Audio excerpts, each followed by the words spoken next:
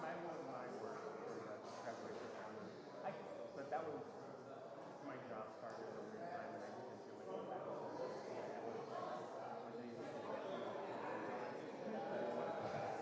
although I do love it.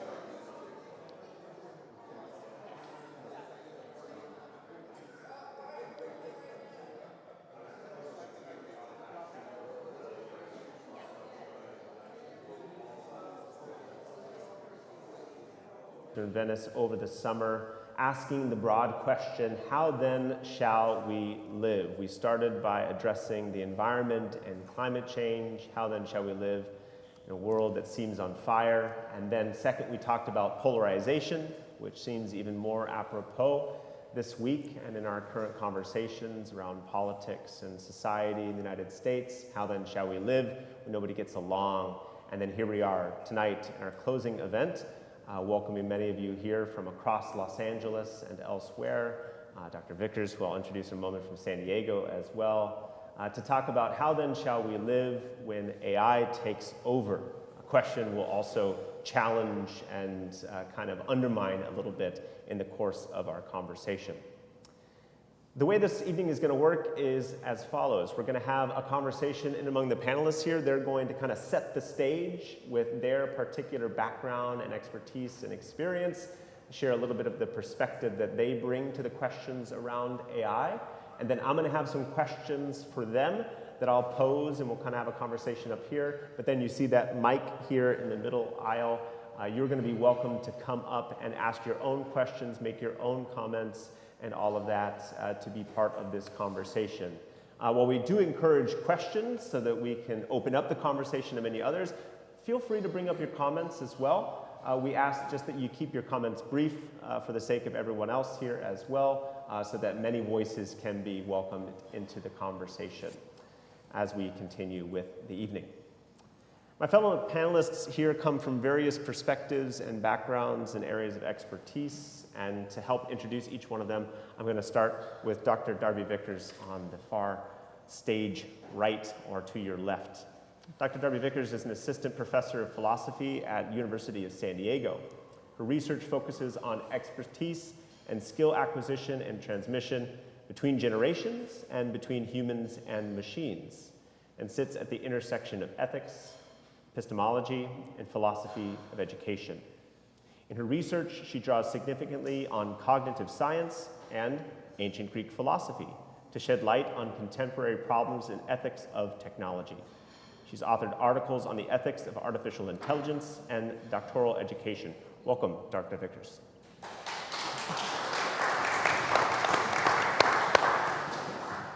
Dr. Stephen Aguilar is an associate professor of education at the University of Southern California Rossier School of Education and the associate director of the USC Center for Generative AI and Society. In both roles, he studies how new technologies, both emerging and established, influence teaching, learning, and motivation. Dr. Aguilar has been featured on NPR's Air Talk and interviewed by major publications like the New York Times, Los Angeles Times, USA Today, and the Washington Post about generative AI and technology in education. Welcome, Dr. Aguilar. Dr. Ulf Hemjakob is a senior research scientist with the University of Southern California's Information Sciences Institute and its Artificial Intelligence Division and Natural Language Research Group. His current and recent research includes semantic representation of text, machine translation, especially for low-resource languages, highly multilingual tools, and USC's Greek Room project, which provides AI tools to support Bible translators, a project recently featured in articles and interviews in the Washington Post, BBC Radio, and ABC Television. Welcome, Dr. Thank you. I've invited each of our speakers and panelists tonight to an open round where each is going to give around 5 to 7 minutes to share their perspective on AI and address the themes they'd like to forefront as part of that conversation. And first, I'm going to invite Ulf to share a little bit from his angle on AI. Ulf, please. Thank you very much. AI has been around for a very long time. Computers have been around since the 1940s. In the more modern sense, artificial intelligence dates back to the 1950s, so it's one of the oldest disciplines. in computers. It is about intelligence exhibited by machines, and this often includes databases of facts and rules, but more and more increasingly also a lot of examples that a computer system would then learn from. There are a lot of applications, just a few: machine translation, where a computer would automatically translate a text, say, from Chinese to English, like Google Translate. A lot of people will be familiar with recommendation systems, autonomous vehicles. Computers are getting good at chess and Jeopardy, and there's a lot of improvements in healthcare with artificial intelligence. So intelligence as a term is a little bit of a moving target from an AI perspective. A lot of people really deep inside think that intelligence is what sets us humans apart from the rest of the animal kingdom and machines. So 100 years ago, people who would compute logarithms or rocket projectiles, trajectories, would be considered super intelligent, and those people would actually be called computers. These days, a simple computer can do all that very easily. It's no longer considered very intelligent. Weather forecast, which includes a lot of learning and prediction, is no longer really considered AI. So only whatever humans can do, or what AI has only recently been able to do, is in some sense considered AI. So from our perspective, it's a little bit of a moving target, right? AI has improved dramatically over the decades. So I've been involved with AI for 40 years, starting as a young student and grad school at the University of Texas, Austin, and now 27 years at USC. And the overall trajectory and impact was just like amazing. What AI can do today is just mind-boggling, and even during the last 2 or 3 years, it's just amazing. But there's always a danger to kind of have it a little bit overhyped, and there's historical precedents. So there have been 2 AI winters, where there was a lot of excitement for AI in the 50s and 60s, a lot of promises. We will be able to solve machine translation within just a few years. And then there was disillusionment. It just didn't work quite as well. And so during the 1970s, we had an AI winter with a lot of cut in funding. And then during the 1990s, again, we had another second AI winter. So the division that I worked for during that time was called the Intelligent Systems Division, because AI was not a cool, part of the name was kind of suspicious. We're back now to artificial intelligence. But it shows that there are waves of sometimes, overhyping things a little bit. There's, followed by a little bit of disillusionment. But overall, the trajectory has been enormous, and I think AI is here to stay for sure. Just to give a little bit brief background on my own work, so I've been working on a lot of different AI perspectives, but mostly tied to natural language processing. So I've worked on machine translation in a number of ways, lately in particular for low resource languages. Google Translate can cover about 100 languages, but there are 7,000 more languages out there in the world that people speak, and a lot of those are disadvantaged in some sense. And so we want to be able to support not just the big languages. And one trick is, when you have these low resource languages, you try to find maybe similar languages and learn from other languages and kind of leverage a little bit from similarities. I've worked on something called abstract meaning representation, where we try to teach the computer what the meaning structure of a sentence is. So if you have Rome destroyed Carthage, or Carthage was destroyed by Rome, or the destruction of Rome by the Carthaginians, they already have the same meaning, yet they are superficially very different. And so we want to capture some sort of semantics, also in order for computer, when they understand language, to have a representation that's not just syntactically maybe adequate in English, but also semantically meaningful. So we've built a large corpus there of over 70,000 sentences. I've worked on a lot of multilingual tools. One, for example, a Romanizer that takes text in any of 100+ scripts and maps it to the Latin alphabet, like in English, which then facilitates, comparing strings that were originally across different scripts. Recently, I started to work on the Greek room at USC together with a colleague, and this is a project where AI tools support Bible translators. And I'm very careful here, so we don't do the Bible translation, we support translators. And this might be as mundane as doing spell checking, which we take for granted for all the major languages, but which is not available for these low resource languages out there. AI provides a lot of opportunities. I mean, the productivity is bound to go up. There's a lot of opportunities in the world of education, healthcare, and all across. There's certainly a lot of challenges. One very big one I see is disinformation. So years ago, I was sort of like not very concerned about AI and negative impacts. So having the AI taking over, knowing I was not on the radar screen. But I realize now that even imperfect, partial AI can be used in bad ways. And so one is disinformation, and this is something that we really have. We have elections that are influenced by disinformation bots, from St. Petersburg in Russia. We have deep fakes, and it's often enough, to sway just a certain percentage of the population who might be a little bit more gullible to do that. There's certainly crime. That's a challenge.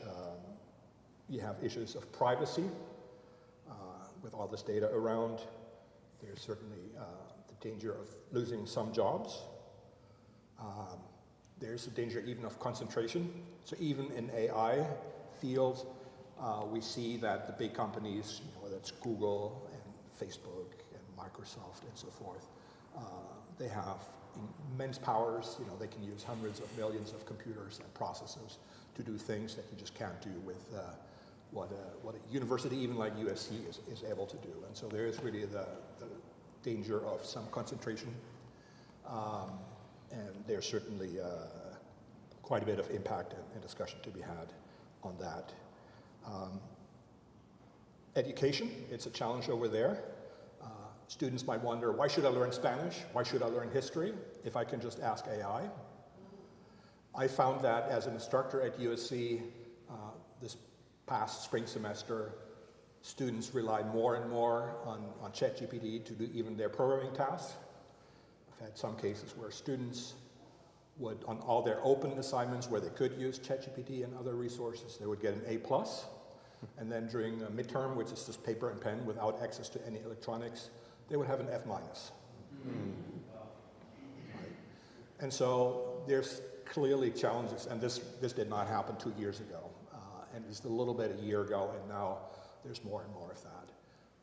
AI is here to stay. We need to include it into education, but we need to find ways to show students that they have to do critical thinking, and they have to learn some of the stuff on their own, and not just always rely on AI. There's a lot of famous examples where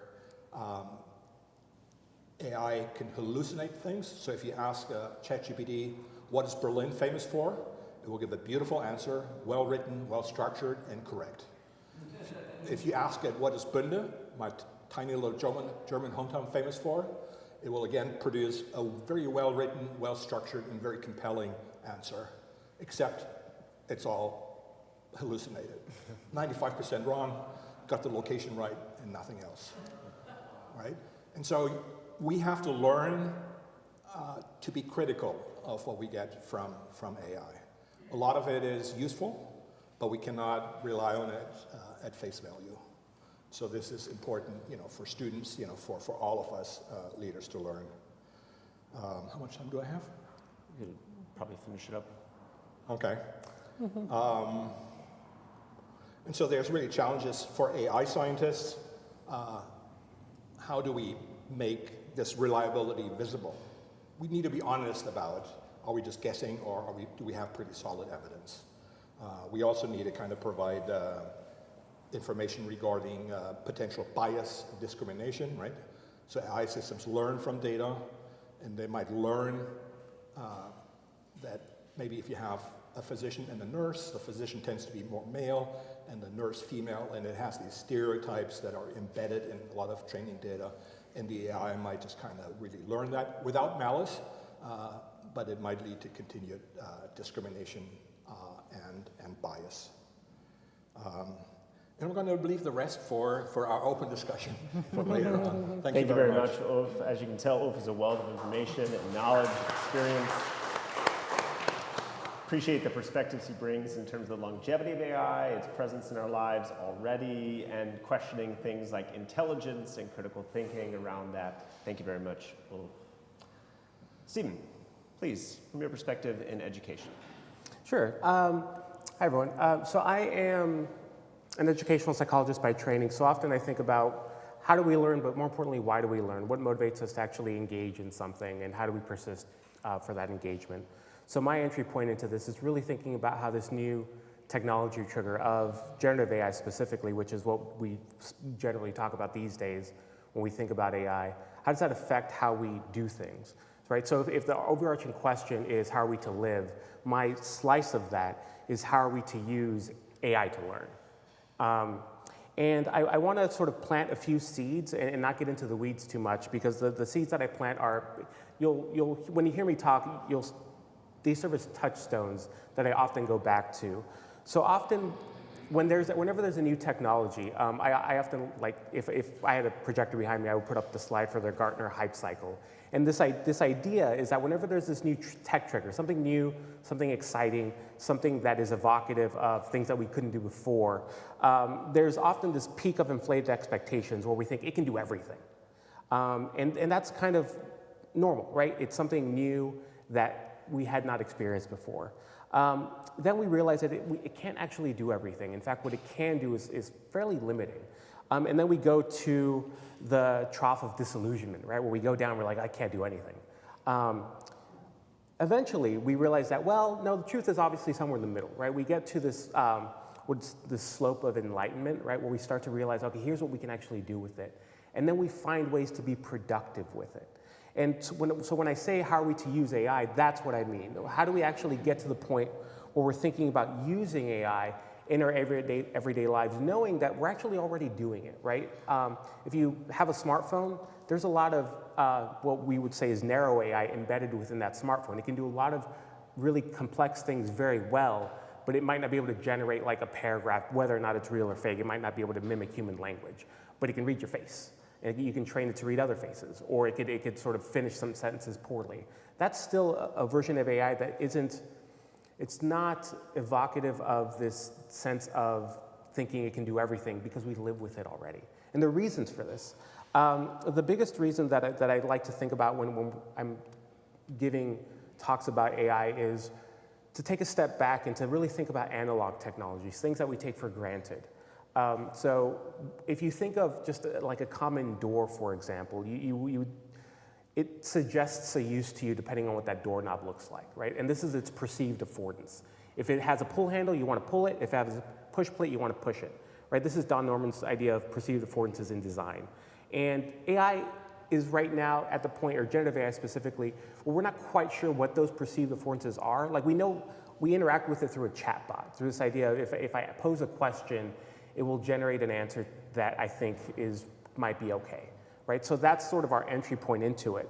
But we haven't quite figured out what that everyday use is yet. And I think that's what we're struggling with in education, is students are struggling with when it's okay to use AI, instructors are struggling with when it's okay to incorporate AI into their own practice, right? So there's this tension of, well, if you're giving me an essay that is just expository that says, give me the main reasons for the fall of the Roman Empire, of course I could write that. That essay has already been written countless times.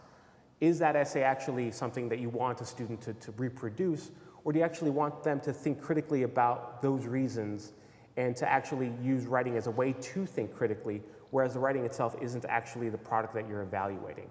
So that's the real tension that we're experiencing right now within education. And it has a number of different forms, both in terms of students thinking that they can get away with a lot because there are lagging policies within educational institutions in terms of how to incorporate AI. starting from the draconian, it's banned, which sure, but they're going to use it anyway. So you can't really ban something that they have access to. Even if you like block access to it in K-12 schools, students can still get their cell phones out and use a different network to access generative AI tools. So, but there's also this other side, which is use whatever. I don't actually have a policy. I'm just not going to think about it. And that's not necessarily a good place to be either, because then there's no structure around thinking through this new tool and what students might be able to do with it and what they might not be able to do with it, what they should do with it, what they shouldn't do with it. Similar technologies, if you sort of think about, human computers, when calculators became ubiquitous, similar conversations were had in terms of really thinking about, well, will students be able to understand numeracy? Will they be able to understand how to add, how to subtract? This machine that I can punch keys with my hand is going to eliminate this critical aspect of what it means to learn math. That's obviously not true. However, we don't necessarily just put a bunch of calculators in front of kindergartners and first graders and say, go nuts, right? We've identified milestones where it's okay for students to use tools. And after a while, we don't expect college students to necessarily do a lot of hand computations anymore. We've sort of moved on from that. And that's what we're at this inflection point where we're trying to sort out when can generative AI be used to actually support student learning as opposed to replace what students do to demonstrate learning. And over at USC, we've done a number of studies where students, they think about this too, right? We just finished a study where about close to 50 students were given a prompt and say, you can use generative AI to write, like a letter as though you were going to apply for a job, right? This is Writing 150. It's sort of the basic writing course. And what students who were given access to generative AI said, well, it gave us good templates. However, it deprived me of my voice. It deprived me of the complexity of what it means to be a writer for me. It's robotic language, right? All the things that we would expect, given the fact that large language models sort of push us towards the center, right? They're not meant to be stylized. They're actually meant to be fairly generic, unless you try to kind of prompt it and poke it to do other things. But really, ChatGPT is vanilla when there are lots of other flavors out there.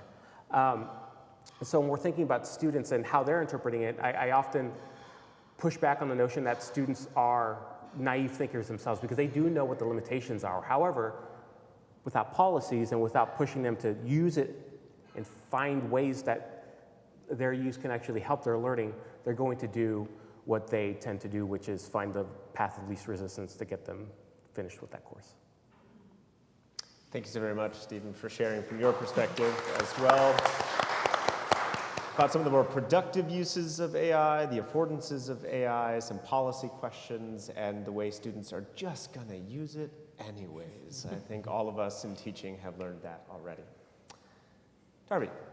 All right. Hi, everyone. I'm really glad to be here. And so my way of coming about thinking about AI is what can we use AI for in order to promote well-being, and what kind of restrictions do we want to have on the uses of AI to make sure that people can continue to live well and, in fact, thrive in a technologically infused society. And so there are a lot of good uses of AI that I'm sure we'll be talking about as we answer some of your questions. But oftentimes when people invite me to come out and talk about my perspective on AI and what's most important to me about the AI space, the expectation is often that I'm going to say something about disinformation, and particularly with an election coming up, I'm going to say something about the elections. And of course, this is really important, right? Because I'm thinking both about well-being on an individual scale and on a societal scale. But I am not a political scientist or a political philosopher. There are some really interesting things we should be thinking about in terms of things like deep fakes, in terms of the kinds of AI-generated content that can be put on social media that will push people in one direction or the other. And in fact, with the deepfake stuff, there's actually probably my favorite Star Trek episode of all time is an episode of Deep Space Nine called In the Pale Moonlight, which is about exactly what can happen when you use deepfakes to try to manipulate a political situation. So if any of you haven't seen that, it's a really fun episode. But what I really care about is how is it that we're going to prepare the next generation to live well with artificial intelligence and to figure out exactly how they would like to see it used in society and what kind of restrictions they want to put on it. So part of this comes back to my research in philosophy of education and thinking about the way that AI is infused in education. And particularly, I want to hit on a couple of things that both of my colleagues here have already talked about. But specifically, one of the things that I am really concerned about with artificial intelligence is that students use it to shortcut some of the struggles that they might have in education, right? Oftentimes, even at the Learning Center at USD, and I'm sure at learning centers all over the place, they'll say, well, if you're really stuck on this essay, you should use ChatGPT or Claude or one of these large language models to brainstorm for you. But there's something in education known as desirable difficulty, right? You want, in order to learn well, you need to actually have a little bit of challenge and face that kind of struggle yourself, because this not only promotes better learning, but it also promotes better long-term retention over time. So if you as a student aren't spending time struggling trying to get that sentence right, or not spending time struggling trying to figure out a topic for that essay, that actually shortchanges your learning to a pretty significant extent, both in terms of critical thinking skills, but also in terms of the long-term retention. And there's some really interesting studies that show that desirable difficulty is radically important. This is particularly important because in the LAUSD school system, as well as in school systems in New York and New Jersey, they're introducing AI tutoring systems. Oftentimes, I think at least the New York and New Jersey are picking up on Khanmigo, which is created by Saul Khan. And a lot of these tutoring systems are supposed to give hints, but often those hints actually are preventing students from doing the kind of struggle that they need to be able to get this information. And there's a thought by a lot of the engineers that I talk to that AI tutoring systems are the way of the future because we can individualize education, but we're actually preventing students from doing some of the things that are really important and from working together if they're working with an individual tutoring system, because working with their peers and their classmates is one of the best ways that students can learn. In addition to this, there's of course biases and hallucinations that get brought into this. We already know that students with particular types of accents end up getting worse results out of large language models, in part because there are, and I don't mean accents as in like the speech accents, although we do know this from spoken models, but also just like the way that you phrase things and the way that your grammar works, you'll actually get different results, even if your sentence has the same meaning as somebody who's using more standard English. And this is something that really worries me about the kinds of biases that are going to show up and the way that students are going to be treated by these AI systems that they're interacting with based on the way that they articulate themselves. In addition to this, I'm really concerned with the ethics of the students that we are training to be the next generation of innovators, right? In Silicon Valley, a lot of the people who are doing innovations are young students that are coming sort of directly out of school, have a really good background in computer science, but many of them don't have significant ethics training. And so one of the things that I work on is what would it look like to try to train people to make better ethical decisions? And oftentimes what people think is we just need a better set of rules that we can put in place to get people to comply with those rules, and that's sufficient for ethical action. But in fact, there are a lot of reasons to believe that this is not the case. In particular, we can see even in bioethics with things like gene editing. There was a set of rules that were created for recombinant DNA and gene editing back in the 1970s, but when CRISPR came out, which was another way of editing genes, those rules didn't apply anymore because they were too specific to the technology that had already come out. And so it was really important for people like Jennifer Doudna to come up with a new set of rules. And so rules aren't flexible, and given how quickly technology is changing, it's really important to have ethics as a skill set rather than as a set of standards that we have to comply with. And then the final thing I'd like to say is that one of the other things we really need is AI literacy. I hosted a lot of conversations back in 2021 through the National Humanities Center. I did some moderation for them, and I did a couple of other more casual conversations. And I found that what was happening this was, during pandemic over Zoom. What I found that what was happening was the engineers were messaging me in back channel chat and saying, a lot of the things that the humanists and the artists are talking about and saying are AI are not actually AI, and a lot of the criticisms they're making aren't about AI specifically or aren't worded correctly or don't make sense. And the humanists were messaging me in the back channel chat and saying, why is it that I can't get these engineers to understand my concerns? And so what I think really needs to happen is we need to have a shared vocabulary and a shared understanding of both the technology and the ethics and the sort of humanistic concerns that we all might bring together. And so we really need to think about what it looks like, not just in college education where I'm teaching ethics, but also in K through 12 education, trying to bring in AI literacy and AI ethics and just technology literacy and ethics in general as well, right? Bioethics is moving on too. And having that be part of the conversation much earlier for the next generation so that they can make good decisions about how they're designing technology for the future. Thank you so very much.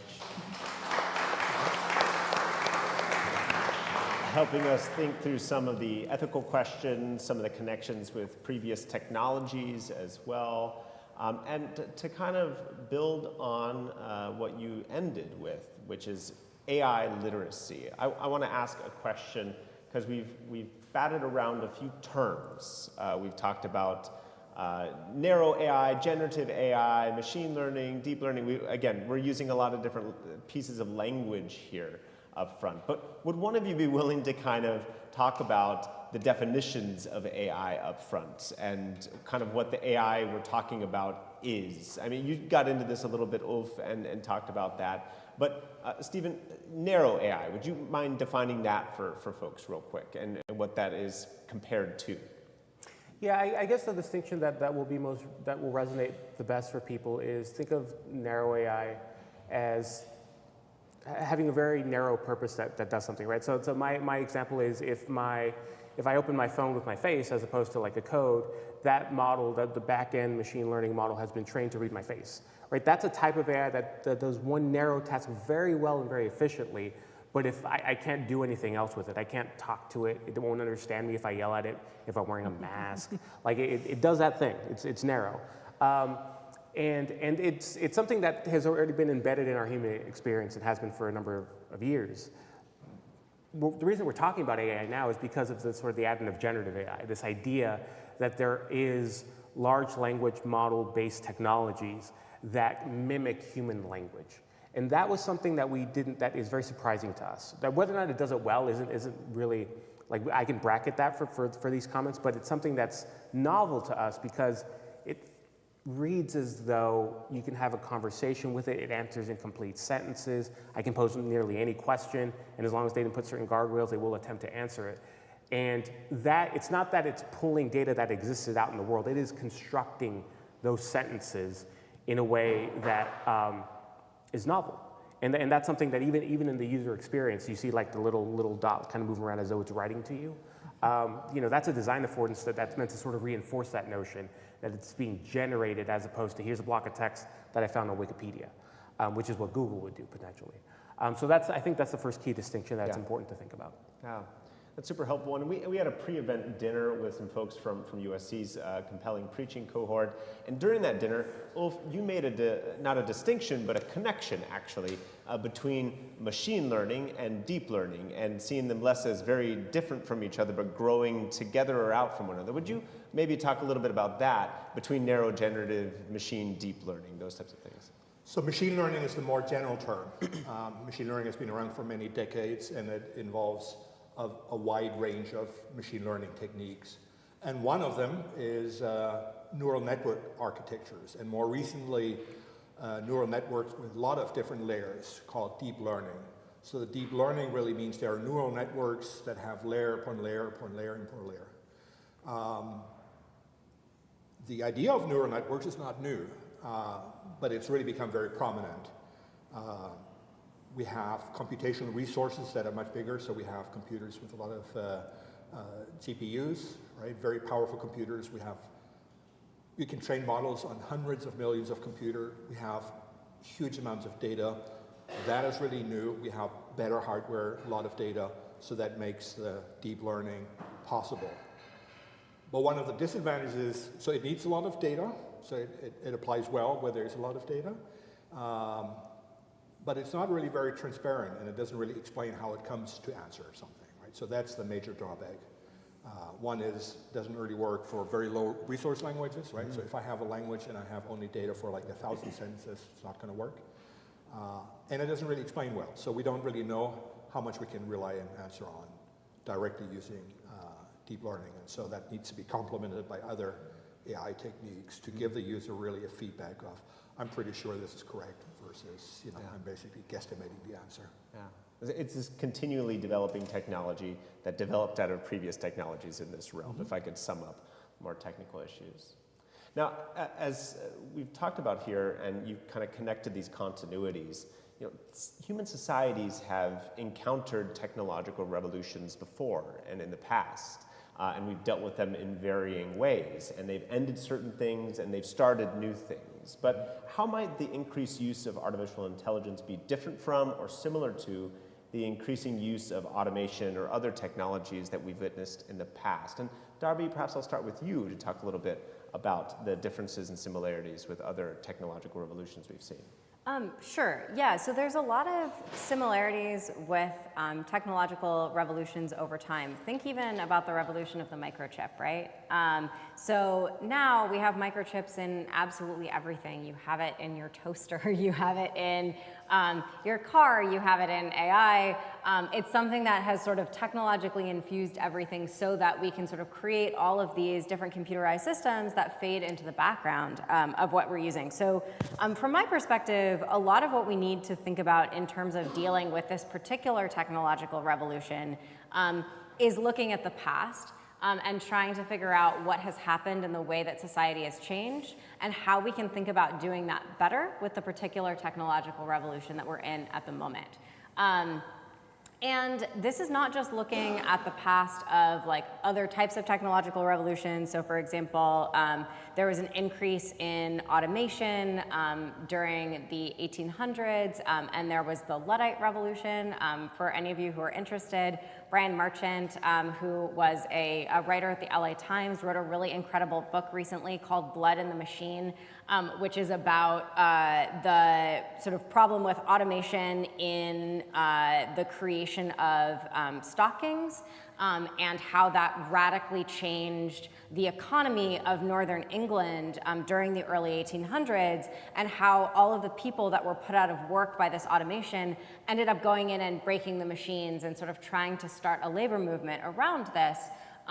That would allow them to have some kind of a social safety net to not stop the technology so much, but allow them to not just be immediately put out of work with no sort of hope of retraining. And Brian Marchant in this book does a really nice job of thinking about how we can use that to think about the technological revolution today and the way that AI is going to infuse the labor market and what kind of jobs are going to get taken away and how we should think about trying to organize around this so that this doesn't cause massive social problems of people being put out of work. In addition, I love looking back at things like there was a technologist who was really early in the 1950s version of AI named Norbert Wiener, who worked at MIT. And he was really interested not only in trying to create better technology, but also in thinking about the ethical implications. And he actually wrote the first AI ethics book in 1950, and it's called The Human Use of Human Beings. It was republished in 1954, and there is an edition that is in print right now that you can get a hold of. And it's really interesting because he predicts a bunch of things like the gig economy, and the ways in which there's going to be a sort of technological, a set of people that own the technology doing a lot of the sort of mid-level labor, and then a lot of really terrible jobs of like categorizing photos and things like that that will then feed that information into the technology so it can do its job better. And he sort of called this out as a warning, and we're now experiencing many of the things that he's talking about. So I want us to think about, as we're sort of dealing with this new technological revolution, what lessons can we learn from the past? Because there are these analogies between what's happening with this technological revolution and the technological revolutions that have happened previously. Stephen or Ulf, do you want to build on any of this or further talk about how lessons from the past and other technological revolutions we've seen, how we might be able to react to and adapt to AI accordingly? So there are a lot of analogies. Thank you, Darby. One difference is, one thing that's a little bit different is being able to pinpoint problems, right? So if you have a Bible translation, very famously from several hundred years ago, that will in the Ten Commandments say, "Thou shalt commit adultery." They forgot the "not," and they were taken to task for it, right? As you can imagine. You have a steam engine that blows up, well, you can pinpoint that to a company that produced that. But today, with a lot of information, it's very, very difficult, right? So we might have some analogies. So we have free speech, but there's some limitations. You can't yell fire in a theater. But if somebody does that, and people die being trampled to death, you can take somebody to task. This is much more difficult with AI, where you don't really know where things come from. So just a small anecdote here. Even in machine translation, we had one case for a small language where the output of translation was very suspicious and weird. We said, where does that come from? Is it our algorithm? No. Is it the data? Well, some of the data looks weird. What's that data based on? Oh, it's somewhere from the internet. And then I did a close analysis and basically figured out that that source on the internet was actually AI generated. So some AI hallucinated some bad translations, and that was used then by another artificial intelligence module at face value to train their system, and and you basically have the problem. So we need to really keep track of where the information really is from. This is often very difficult, which really means that some of the information gateways, social media, really need to be held accountable, because we will not be able to trace it down to office XYZ somewhere in St. Petersburg or who knows where. So there's new challenges there. Yeah. And one thing, is we really need people to be professional arbiters there. So at the end of the day, we need professional teachers that can set things right. We need professional journalists who can really drill down, what is fact, what is fiction, what is... Thank you. I appreciate that. We need, good scientists to do all that, and so that just doesn't go away. Yeah. And Stephen, if I could kind of ask a more pointed question to build on this, because you've talked about wanting to look at kind of productive ways of using AI in education. So what new possibilities might it open up for us in society? Ulf has kind of pointed this, that we need people to do these types of jobs, or Darby says that, jobs around AI as well. What would you see some of the new possibilities in education or new possibilities in society at large for how to use AI or how to build new jobs around it as well, perhaps? I have to think about that second question. But for the first one, I think that one of the things that instructors and teachers are very good at, and that we often don't give them enough credit for, is reading a room and a sort of understanding what a given student might need at any given point in time. The challenge is that, so I was a classroom middle school teacher for a number of years before I do what I do now. Students just got older. But you still attend to what's happening with the room and try to understand and diagnose what students need to learn at a given time. One of the biggest challenges of being a classroom teacher is that just because you know a student needs a thing doesn't mean you can give them that thing, right? So I might know, for example, that if I taught 7th grade, I did teach 7th grade, that my reading levels in that class are anywhere from, can't decode a sentence to can read high school texts. That was literally the range in my classroom. As a teacher, and often our response to that is teaching to grade level, which is often teaching to the middle or a little below that, and then doing what you can, right? And what you can isn't always enough, right? So there would be students who didn't have the advanced textbook to actually, engage it and grow, and there would be students who would be continually be left behind.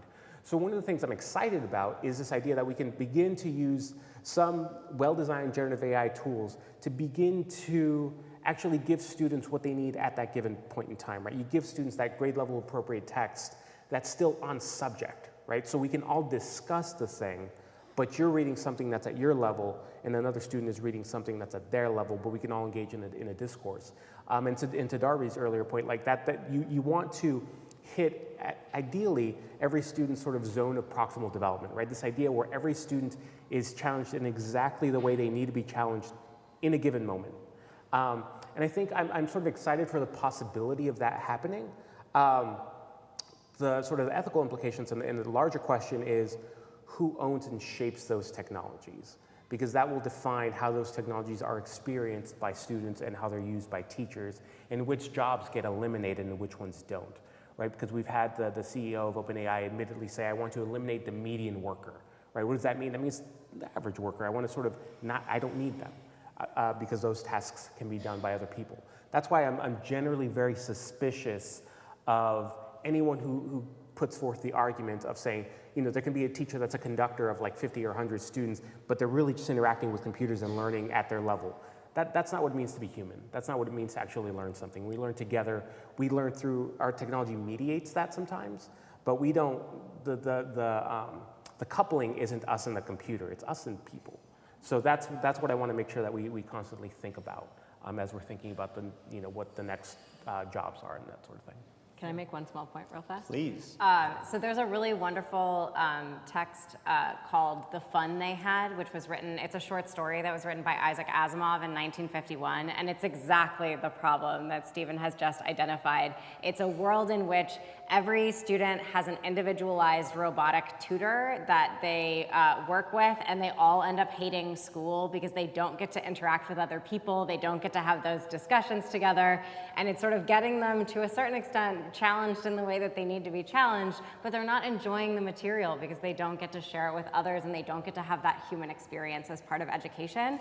And Asimov figured this out in 1951, right at the beginning of a lot of the sort of AI and cybernetics revolution. So it's worth thinking back to some of these historical things to remind us that we should be thinking really critically about this before we start just sort of charging ahead with putting these tools in the classroom, and think more carefully about how to do that. I want to dig a little deeper on this because we've got multiple educators on the panel, and then we have people who are parents and educators in the classroom or grandparents. We also have preachers who are engaged in theological education for adult learners and younger.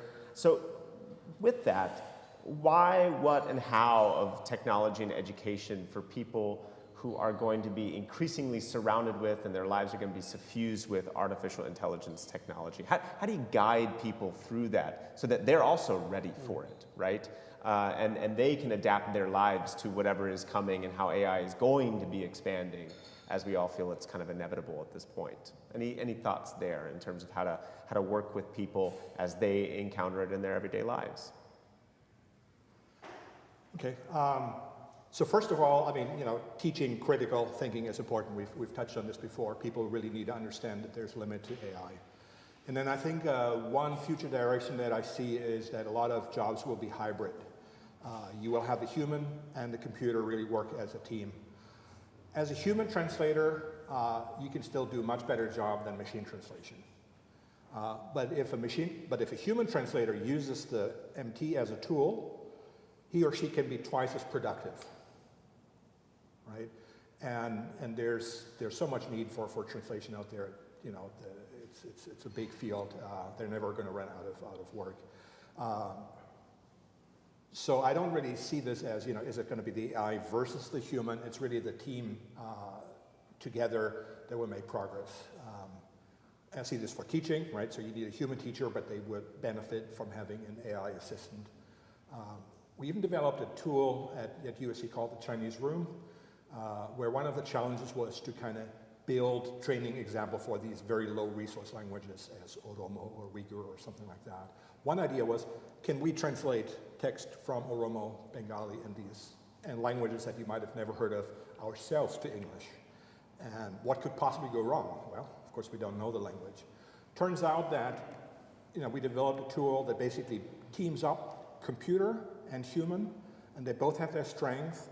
And the computer will provide some support, the human will provide a lot of common sense and human intelligence. And together as a team, they could achieve a translation that neither of them, could really achieve on their own. So that was like a very nice finding. And I think we'll see that a lot. So we need to be able to be critical towards AI, and then have a certain willingness to use it as an assistant. So my goal for anyone who's thinking about a new technology is to take a step and really think about it as though you were a designer. And one of my, I'm going to dust off my philosophy hat here, because one of my favorite ways of thinking about this is through the lens of Heideggerian philosophy, right? This idea that for any given tool, a tool can be sort of ready to hand, which is something that, think of a pen that you use. You don't think about picking up a writing instrument and looking at it and thinking, this is where you just write, right? You just express yourself through the tool. And there are countless tools in our lives that do this. From something from the mundane to like driving here to something more complex, like you potentially using a computer, or if you're a craftsman, using your tools like at your workshop. But when it breaks, that's when you might notice it, right? If my pen runs out of ink, or if the pencil lead snaps, right, it becomes broken, and that's when I begin to potentially examine it, potentially fix it. When it comes to digital technologies, I think that analogy still works. It's just a little harder to think about what those design affordances are and what it means for something to be present versus ready to hand. But for concrete advice I can give folks is, for any given task that you're showing someone, or that you're helping them do with AI, is to really think through, what does it mean to actually work through and with this technology? What's being gained and what's actually being lost, and to not think about it in generalities, but to actually be very specific about it, right? And one of the examples I often turn to is, I've spoken with legal counsel in a number of big firms, and one of the things that they say is that, a lot of AI models can kind of almost do what a junior associate does in terms of writing a brief for me. That doesn't mean we want them to, right? Because that expertise might get gutted over time. So, human AI pairings, simply because they're possible, that might not mean that we want to necessarily move in that direction. We have to decide when it's okay to move in that direction. So for any emerging technology that increases efficiency, it's important to pause and to really think about, why is efficiency the thing that I want right now? Because often, especially with learning, you want to be inefficient. You want to struggle. You want to actually understand the concept deeply, and you want to push the folks that you're actually training and thinking with to do that. And because that's how you become sort of a master at something. That's how you become an expert, is sort of pushing past that wall and not sort of leaning on AI. But once you're past it, then, me, I can use AI, selfishly, I can use AI all the time, because I sort of know where my limits are. I know when it's giving me something I don't need. I know when to edit it. And I know when not to use it, when I can sort of feel when I'm being lazy and be like, well, I probably should write this literature review on my own. But that's not everyone, right? So you need to sort of know where that line is and know how to teach people where that line is. And in addition to that, I think that there's something along, so definitely knowing where the line is. I even remember when I took AP Calculus, on the AP exam, there was a section where we were allowed to use a calculator, and there was a section where we weren't allowed to use a calculator. And it was that we had to prove that we had both the skills of being able to do certain types of things with the aid of the tool that was at hand, but we also had to prove that we could do certain graphing stuff without having the graphing calculator do it for us. And that was something that was really important and was part of the assessment that was built into the AP exam. I don't know if this is still true. But in addition to this, there's also a really important thing in education, which is teaching students where the tools break down so that they can make those decisions for themselves. And there's a really sort of interesting researcher, and I have totally forgotten what her name is, and I feel terrible about this, but she did these really incredible experiments during lockdown, where she had children with their families get a sort of pre-made AI device or some kind of an AI program that they could access through the internet. And they would try to figure out what it was used for. So they would have like an Alexa device, and they would be able to talk to it and figure out when is like somebody's accent thick enough that Alexa has difficulty interpreting what they're saying? Or at what point does it provide you with mistaken information, or does it misunderstand the commands you're giving it? Similarly, they had sort of things where the students were supposed to take pictures of things and get AI to recognize it, and like, what angle do you have to put a camera at to trick an AI into thinking that it's something other than what the picture is actually taken of? And learning the limits of that makes it feel like these tools are no longer magic, but rather things that have a specific purpose and specific use cases, and then we can figure out how to supplement them and how to work with them and how to use them critically in the way that we live our lives, and which of them we want to engage with on a day-to-day basis, or which of them we only want to engage with in certain circumstances. So actually letting kids play around with these things and trying to break them and figure out, and then also how to fix them. Is there a way that you can then retrain your sort of camera system so that it actually learns that a face this way is the same as the sort of face in profile? These things are really important, and they should be integrated into students who are learning how to deal with this technology so that they can then make good choices about how they want to use it in the future. Thank you very much. We're about to enter into our open round, and so what we're going to have is our mic here in the center. If you want to start, formulating your questions, maybe some of you have already got them written down, you can start queuing there as I ask the last question to our panel before we go here. We've talked about menial labor, junior associates, under-resourced languages, and I can't help but always think about how vulnerable communities, marginalized communities, underprivileged communities are probably those most likely to be hit hardest by changes brought on by AI technology. And so how might we bring our technical know-how or our educational values or virtue ethics or whatever it might be to this conversation to be able to not only think about ourselves in this moment, but how others might be impacted beyond our particular status in society or state in society? Any concluding thoughts in that direction? I can get us started. I mean,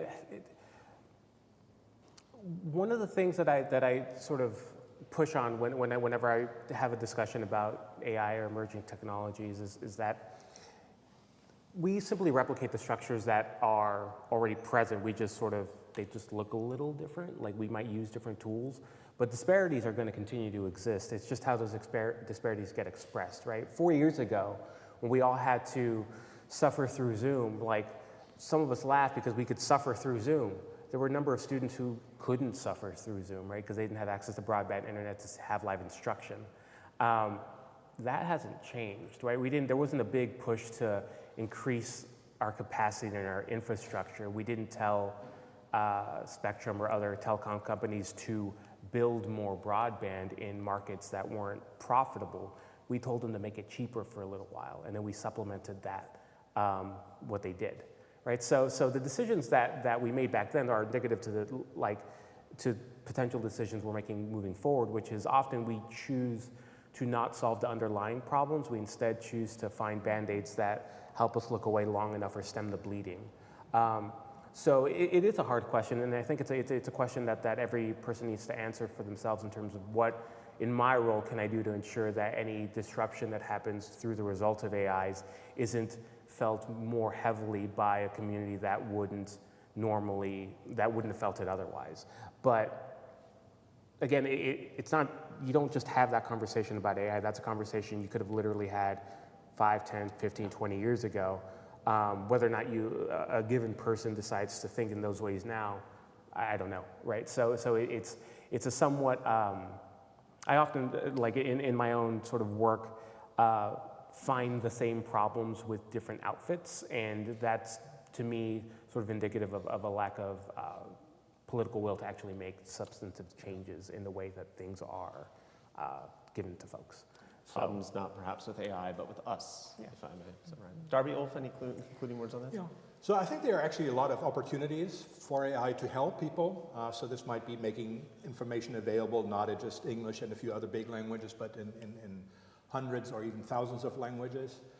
We might have healthcare information that might be made available to hospitals that are ill-equipped and undertrained in the third world that might really benefit them and really have the latest insights of the Mayo Clinic and others be available. But there's also responsibility because if it's purely market driven, some of them will not happen, right? So if people only look at the dollar bottom line, then AI benefits of healthcare, of having information available in other languages might fall short. And so as a society and as governments, I think we need to then make sure that the potential benefits of AI really reach all parts of the world and society. Yeah. Darby? So there are lots of things that AI can do that are incredibly helpful to marginalized communities. So for example, with disabilities, there are all sorts of AI tools that can be used for people with low vision to read signs, and there are tools that can be used for a variety of people with different sorts of disabilities to be able to access stuff that they couldn't otherwise. There is a book that was written by a law school professor at USD named Orly Lobel called The Equality Machine, which is about a lot of the really cool innovations that are possible with AI to try to help people in various types of marginalized communities. However, one of the problems that I had with Professor Lobel's book was that she just didn't really create any kind of structures for thinking about what incentives do we need to put in place to get AI companies to actually focus on the tools that are going to help people rather than focusing on the things that are going to take jobs away from, say, intro-level programmers, right? I teach a lot of computer students who are terrified that the entry-level jobs that they would be setting themselves up for aren't going to be there by the time that they graduate from school. And so the question is, how do we create these incentives?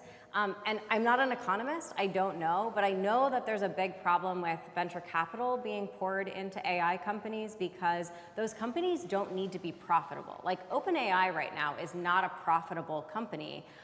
It's thriving because venture capitalists are convinced that it will eventually be profitable, and so they're willing to throw money at it for the next, say, 5 to 10 years up until the point where it actually becomes profitable. This is something that happened with Uber as well.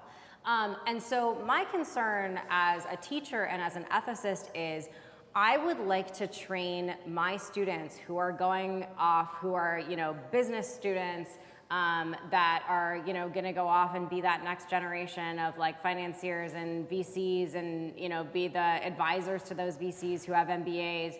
And I want to have the students that are computer scientists that want to design the next generation of this AI technology to be thinking really carefully about the ethical implications of what they're doing and trying to figure out how to change that system so we can incentivize AI for good rather than all of the types of problematic AI that are either taking jobs or doing these other things or using data sets that we know end up with biased results and can cause these really horrible effects on society. So as far as I can tell, the best thing we can do is try to just get the next generation to want to change the system and want to make sure that we're leading in a good direction. And I'm hoping that we can manage to do that. Thank you very much. Questions from the high school teacher, so yeah, they use it. And I've seen my colleagues go the full spectrum you described of it's just outlawed. Versus One moment. Can everyone hear? I just want to make sure everyone can Not hear. very good. Yeah. Okay. Now, can you hear me? Perfect. Yeah. Okay. Excellent. Yeah. Go again. Yeah. So I'm a high school teacher. Yeah, I see how my colleagues have responded with "you can't use it at all" to "I'm just going to pretend I don't see it." I think for me, my biggest concern is that because this is a different kind of technology, because it's artificial intelligence, that I've already seen how this takes an emotional and mental toll on my students, because even if they're using it, whether we know it is not as educators, they know, and they recognize I'm struggling to struggle. Or their greatest, I gave my students a survey at the beginning of the year of like, what are the hard things for you as a student? And the number one thing is not being able to come up with my own ideas.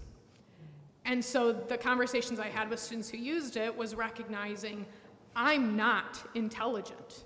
I need this to tell me. So even when I tried using the ideas of like, hey, use it like Wikipedia sources, try to like get ideas started, even that is crippling to them.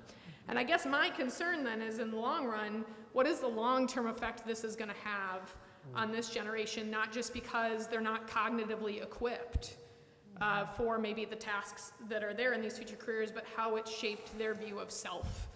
And the response that a lot of adults that they feel is that they actually are dumb for even getting sucked into this. And so how can we as adults be positive in teaching them their view of self as they're trying to use the tool without debilitating their intelligence? Yeah. It's a lot, so that's Thank my you. thought. Thank you. Yeah. Panelists, how might we be able to work with students who are debilitated or who are feeling threatened by this or struggling to struggle? So I think that one of the, at least off the cuff, one of the things that I would consider doing, right, is to help students understand that even their motivation to engage in a task can be understood in a fairly, like, I say technical way, but it doesn't have to be presented that way, right? So if we take sort of an off-the-shelf theory of academic motivation or just motivation in general, like self-determination theory, it posits sort of, we are motivated to act because of three things, right? That we feel confident that we can, that we have a sense of autonomy, so it is our action that is being sort of, we get to do something, we're not being forced, and that we have a sense of relatedness or belonging in terms of, in the context where we're doing it. So one of the things that's possible in that particular situation is to simply just diagnose that with the students and have them think through what they're feeling academically through those lenses, right? Is it that, and I heard at least two things that came up while you were talking, which is this idea that they don't feel competent because they're sort of offloading their struggle and even in ideation to a machine, right? And if you keep doing that, you will feel hollow, right?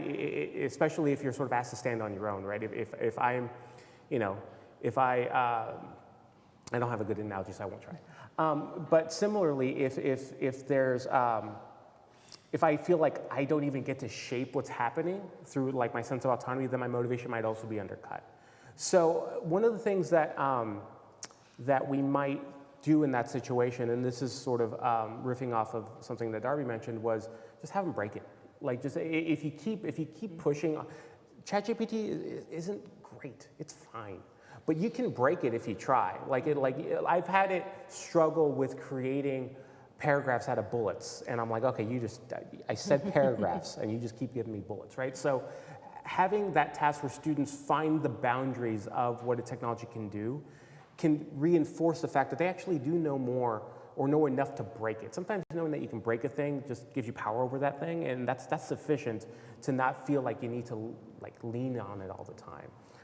So that's sort of the first thing outside of, or I should say the second thing that they could do outside of just having that conversation where it's like, well, those feelings are valid and here's why. And there's this research that shows that if you don't feel competent, if you don't have a sense of autonomy, and that if you don't have a sense of belonging or relatedness, you're not going to feel like you can do something. So those feelings are valid, and sometimes having students think in those terms might sort of get them to break through, I think.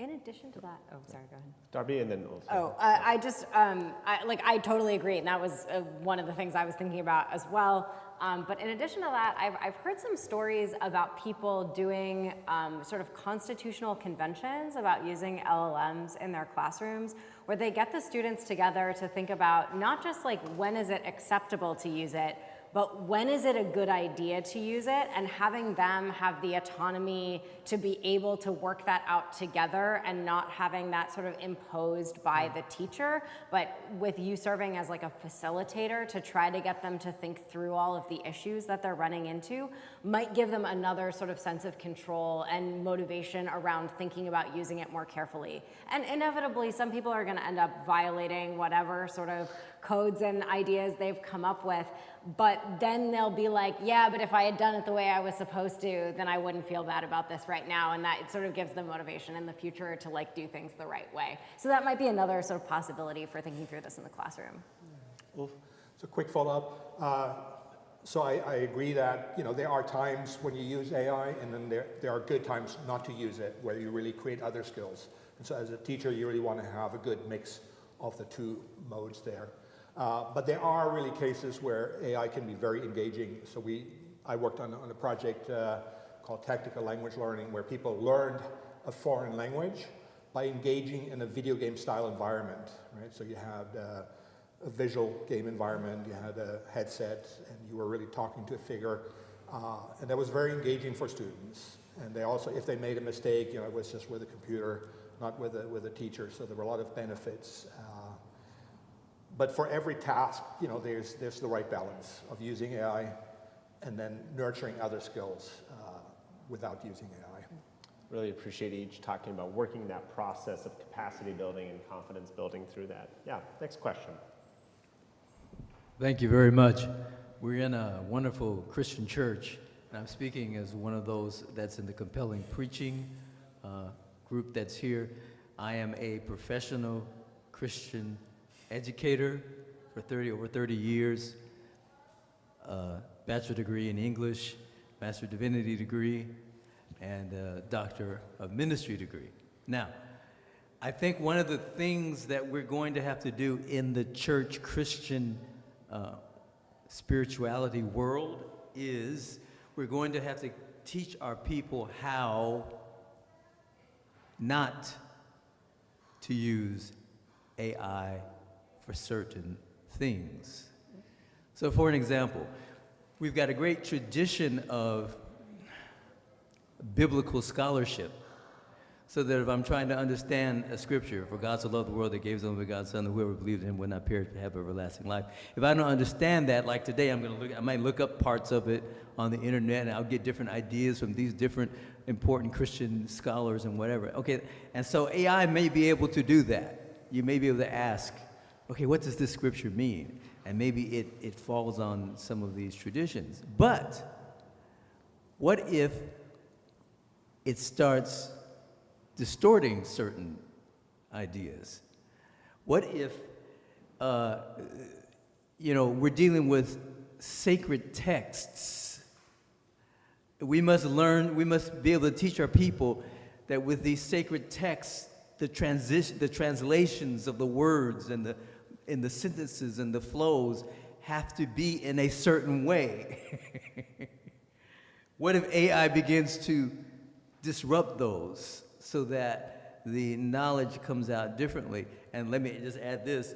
And Jesus says, I will pray the Father, and he will give you another helper, that he may abide with you forever, the Spirit of truth, which the world cannot receive because it neither sees him nor knows him. So in the Christian world, we believe that there is a Holy Spirit who helps believers understand Scripture, sacred Scripture, understand how to follow it and how to follow the Lord. So I believe that there are going to be ways that we're going to have to, as this world increases more and more, this AI world, we're going to have to teach our congregants how to not use it in certain areas and how to build their own strengths of biblical understanding and interpretation and following the Holy Spirit. What do you think? I might exercise moderator's privilege, and as a religious studies scholar myself, start on this, but to give you also a moment to think about how not only for Christian preachers and educators, but some of these broader themes can speak to that. But I think what's helpful perhaps is to think about the religious studies scholar and missiologist Lamin Sanneh, who did a lot of work in West Africa from his own tradition as well. And one of the things he talked about as he looked at the history of Christian mission and the history of Christian engagement with various cultures across time and across different places is he said that the message has always existed in translation, right? There was never a time when this message was not translated through different technologies, you might say, right? And so perhaps to trust the process might be how Lamin Sanneh might speak from the grave, if I could be so bold. But to say that as we approach new tools, that the message will be embedded in the translation itself, right? Even as AI perhaps helps with those translations, that the message still speaks. And to speak into the theological realm, I think Lamin Sanneh would probably point to the Spirit's work in that, perhaps. To speak more from the religious studies perspective as well, as we talked about during our pre-event dinner, but for those of you who weren't there, religions have shown an amazing capacity to adapt to different technologies over time, and also to let those technologies adapt their message as well, and to see how it might change with the times. And that shows the great ability of religion to be able to shift and to still maintain its message in the midst of it. That's true beyond Christianity as well. Others to speak to these questions about what we place limits on, or how we can say don't do this in order to preserve perhaps, or what kind of things might we fear in terms of the changing of a message we find is important or vital for human society. Any other thoughts or reflections on this? Yeah, Ulf. So first of all, I mean, I agree that, you know, the role for pastors and Christian educators and the Holy Spirit is a large one. And so in the church, you know, the direct communication is very important. From a kind of narrow AI perspective, you don't necessarily want to use general ChatGPT to answer all kinds of theological questions without any critical thought. Not a good idea. But there are ways, and there are colleagues, and this already exists, where they, rather than training a ChatGPT on text from anywhere, they would basically say, you know, these are good theological resources, you know, for the Christian church, good writings, the Bible, good commentaries, and basically then train the system on a corpus that is sort of like being curated and reliable. And so that will then tend to produce answers that are spiritually then in sync with the church's teaching. Anything else, Stephen or Darby, to add? So, for my sort of initial set of thoughts is that a lot of the same techniques that you could use in building community around the way that people should and should not be using AI in a classroom can also be used in a religious community. I'm thinking about so I'm not a religious leader, and so perhaps this is off base, but my thought is that, you know, as a leader in the community, you can open up room for discussion around that and talk about what you see as problematic, and have people bring in, here's what I found helpful, here's what I haven't found helpful, here's some things I'm confused about, how, you know, what should I do about this? And give them a space to have that kind of conversation and facilitate it, and think through what kind of resources they should and shouldn't be using and why, and have that conversation together as a community. And as somebody who sort of facilitates this on a regular basis, I'm sure this is exactly in your wheelhouse to be able to do that.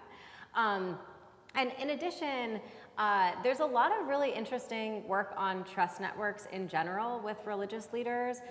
So even in cases where you're not speaking about something that's directly in your area of expertise, they found that, like, if a leader in a religious community that is in a community that's like very intensely religious, even if the community is like hesitant to get, say, vaccines or something, and that religious leader runs a vaccine drive, suddenly there's a big shift in the community around the acceptance on vaccines. And it seems that because you are a trusted member of your community, you can really sort of open that space and try to get people thinking and try to influence them in a way that a lot of other people wouldn't have access to. So serving in that role as a religious leader is probably the sort of perfect way where you should just open these kinds of things up and say what you're saying here, and think it through deeply with your congregation so that you can guide them in the right way. Yeah.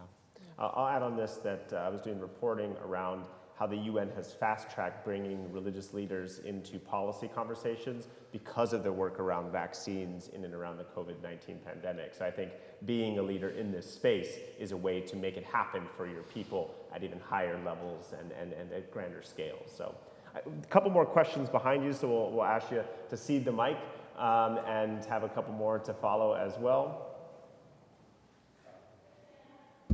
Thank you. I too am a member of the clergy, but as I was listening to you all talk, I had to ask myself, are we using the term AI too loosely? Has it become a colloquialism for, is what we're so concerned about in our world seeming just to be the search engine evolved to the next step? It seems that at this point that it's just taking all that has been gathered, all that has been programmed and uploaded into the server by humans, and packaging it and packaging it for presentation using the right and proper keywords, you know, for a presentation that you might need for a paper or a speech or something like that, but is that really intelligence? Can it finish a composition that Beethoven started but died before he finished?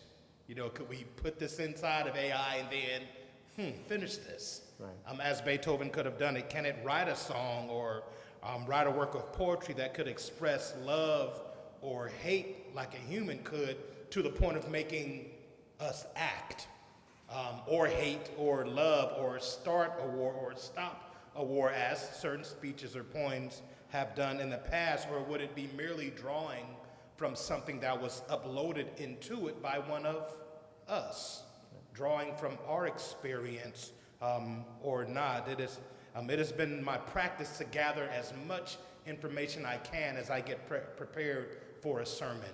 And I can pull everything I can. My father, who's a preacher as well, used to always say, read Matthew Henry commentary, read all of these different things and read as much as you can, but I have to get it. And if I want to do something more than just some vanilla sermon outline, I have to get it and put it in here and sit with it for a second. And as Dr. Owen said, let the Holy Ghost work on me. Let the Holy Spirit work on me and just really think about the people that I'm going to be speaking to, and then it comes out.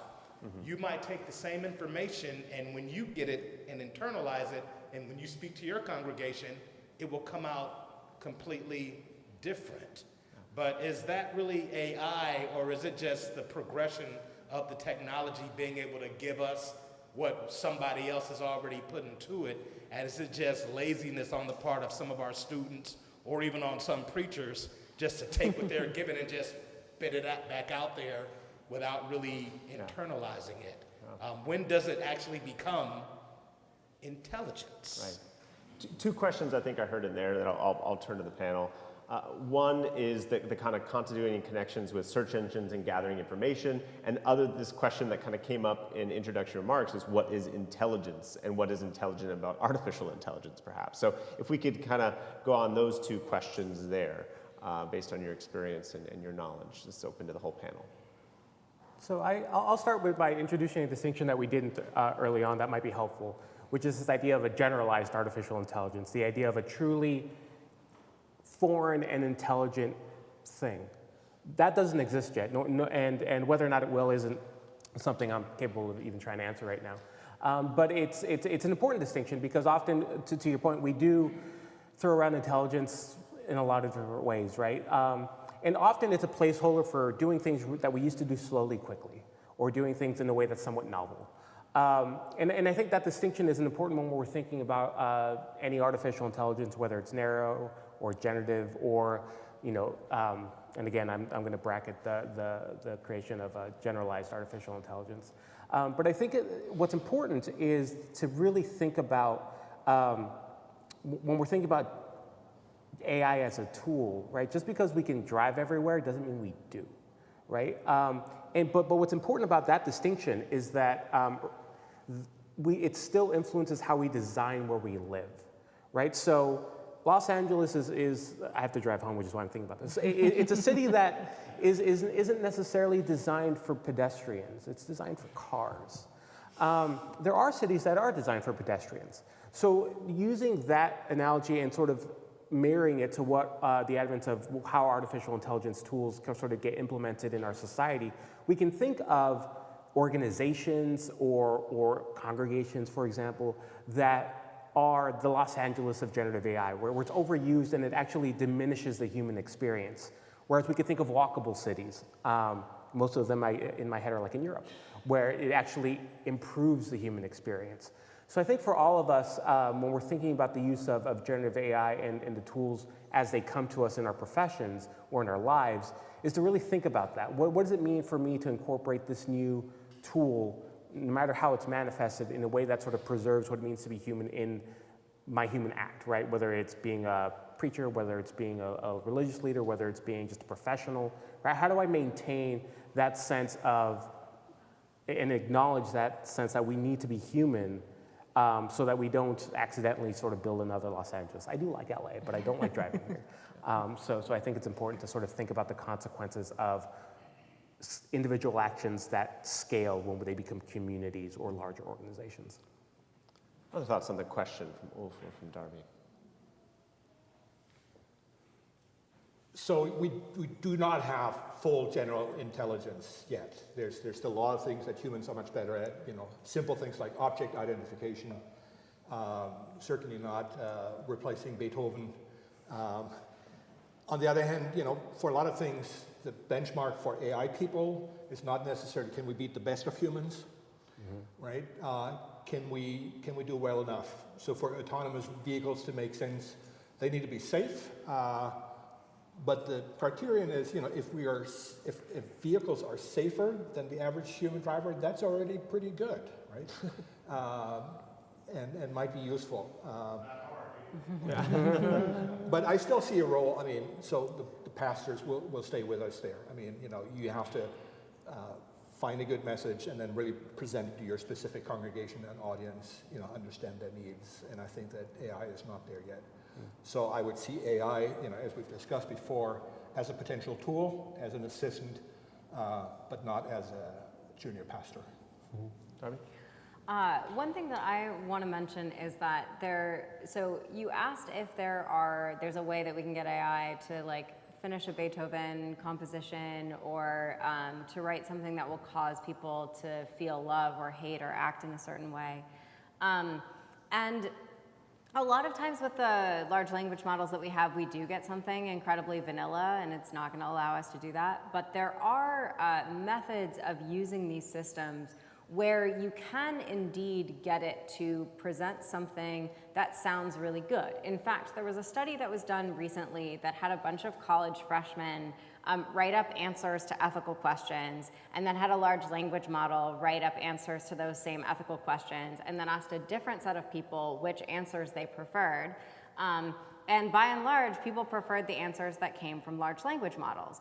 But the reason that they preferred the answers that came from large language models is that the way that large language models work is they create the sort of agglomeration of all of the data that we have about all of human answers to these questions, and then comes up with the sort of most likely next token that spells out those answers. And in a lot of cases, actually, the LLMs just had better grammar and punctuation and things than the students did, so people were more inclined to like those ones anyway. So there is a real worry that people might be able to create, whether it's like sermons or whether it's poems or something else that will actually get us to have a response that's really sort of intensifies our human emotion, and in fact might get people to do some terrible things depending upon what the AI is suggesting, especially if you use a model that doesn't have a lot of guardrails on it. You can get it to say some terrible things. But if you were a person that were to sit down with that model and then ask it a series of questions about what it had spit out, it wouldn't be able to answer those questions because it's not actually intelligent. It just emulates human emotion and emulates that kind of intelligence.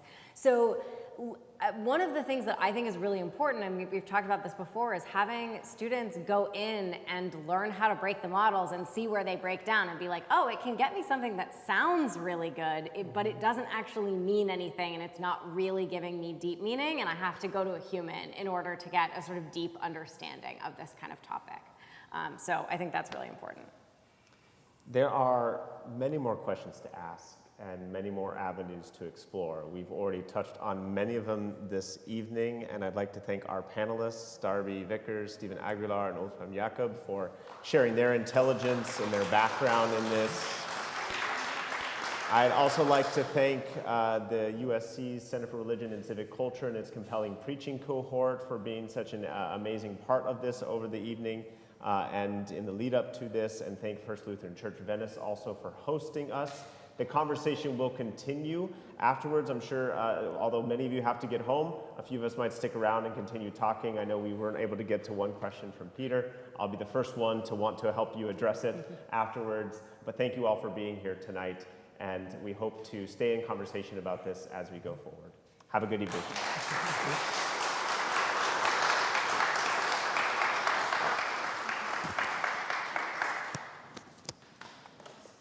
Thank you so much, Ulf. Really appreciate it.